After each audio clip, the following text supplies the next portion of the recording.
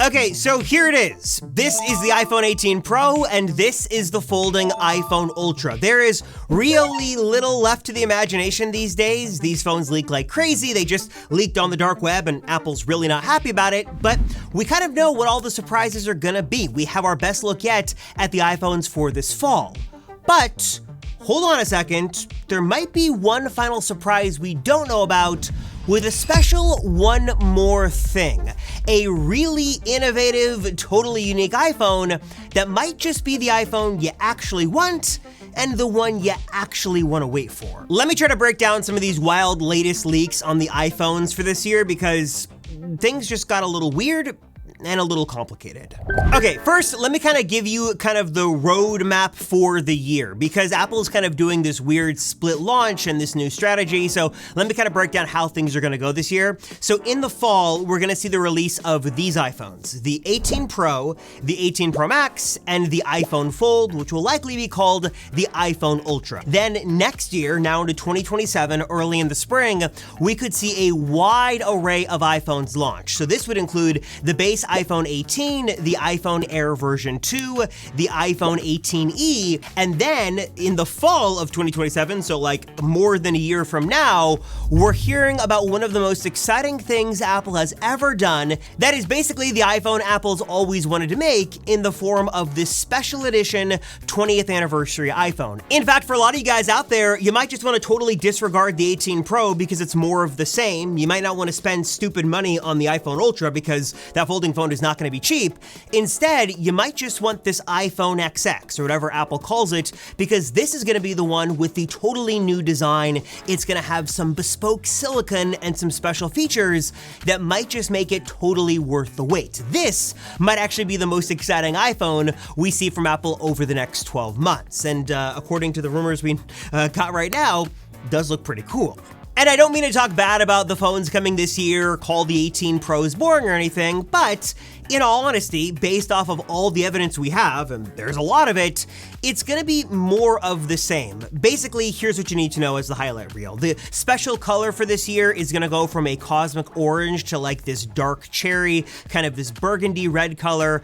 We've seen it leak now multiple times, including in a video I can't show you because Apple's actively trying to remove it from the internet, but basically confirms the color on these dummy models is right, and the design is basically going to be the same. Same overall form factor, same screen design, same screen size. Basically, the only visual changes might be a slightly larger camera bump area on the back and maybe a slightly smaller cutout for the dynamic island. Still gonna have a notch on that phone. It's not going anywhere. It's not moving to the corner like some rumors had talked about months ago, but it's gonna be, I guess, physically a little bit smaller, but it's probably gonna be in practice basically the same that we've got right now.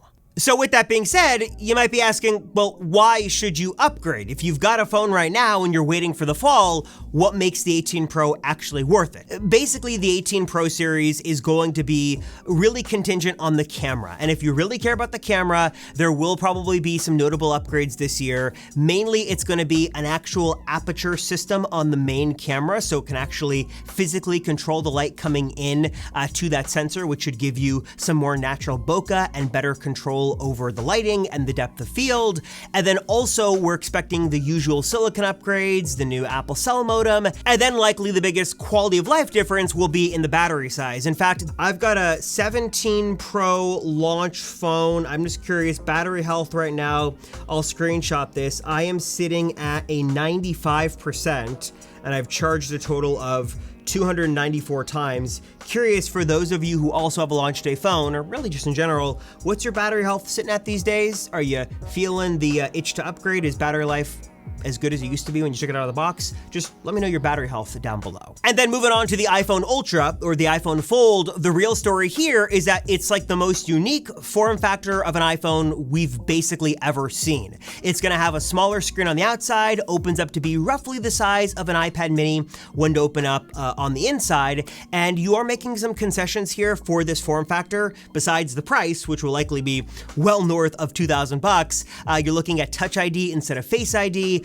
2 cameras instead of 3, so there won't be any optical zoom, kind of like the iPhone Air situation we've got right now. And also, besides like the general limitations of a folding phone and being more fragile and things like that, it's just going to be different. And hopefully the software experience here and all the new landscape apps and features we've seen with iOS 27 does make this phone a little bit more useful and a little bit more versatile. But whether or not you should actually upgrade to it really just depends on if you're willing to spend MacBook Pro money on a phone, and also how much you care or how much you don't care about the folding phone form factor. If you want the most amount of screen real estate possible and you like basically the size of an iPad mini and something you could sandwich up and fold together, maybe it's worth it. If you want the best camera, doesn't seem like that's going to be on here. There definitely will be some trade-offs and some pros and cons, but at least it's something new and unique and different. And as someone who makes a lot of videos asking and pleading for Apple to do something unique and different and to think different, I guess this kind of is that. So I'll give him a pass, and I don't know, I'm excited to try it. Hopefully it does live up to the hype.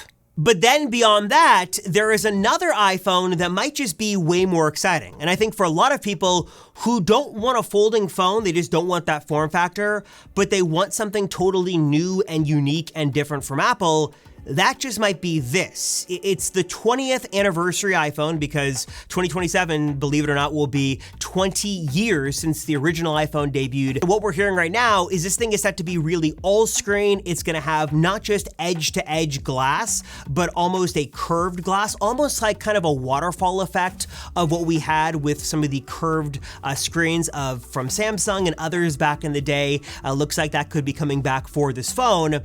Face ID would move under the display, so you likely wouldn't have a notch or cutout. It would just be all screen. And then also, besides an all screen iPhone, Apple would also take things a step further, and we've heard they've been working on this, and that would be removing the physical buttons. So you would have fake kind of haptic buttons on the side that would function as buttons when you needed them to, but there weren't any physical switches in there, as really Apple just wants to make like a slab of glass and a slab of aluminum and titanium and glass, and that's basically it. We are hearing this should have a super high quality OLED screen on here, having some new display tech inside. It'll be brighter, it'll be thinner, it'll be more colorful than we've ever seen, and might also deploy some new battery chemistry technology and some new silicon technology to make it the most powerful, most efficient, just the most monstrous iPhone ever.